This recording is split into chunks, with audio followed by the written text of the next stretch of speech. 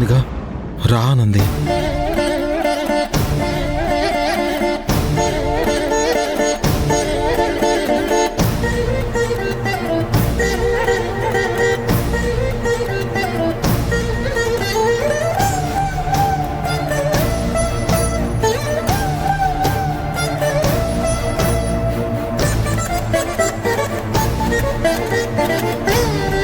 రండి మేడం.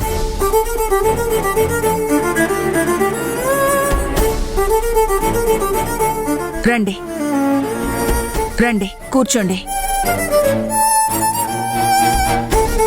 కూర్చోండమ్మా.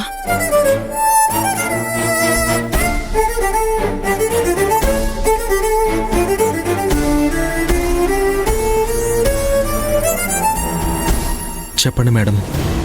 జ్యోతిష్యుడు మీతో అశ్విన్ పెళ్లి గురించి చెప్పడం, తర్వాత ఏవేవో జరగడం అన్నీ అయిపోయాయి.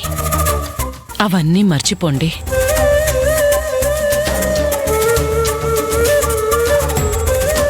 నేను ఆనంది కేర్ టేకర్గా చెప్తున్నాను.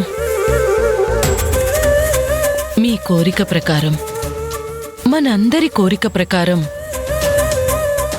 ఆనంది అశ్విన్ని పెళ్లి చేసుకోమందాం.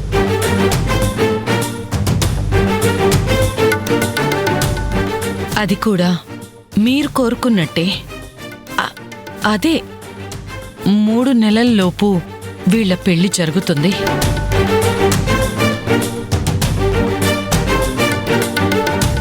మేడం గారు, మీరేమంటున్నారు? నువ్వు మాట్లాడు కానంది. ఇప్పుడు ఎలాంటి నిర్ణయం తీసుకున్నా అది లలిత గారు, ఆవిడతో పాటు మీ అమ్మా నాన్నలు నిర్ణయాలు తీసుకోవాలి.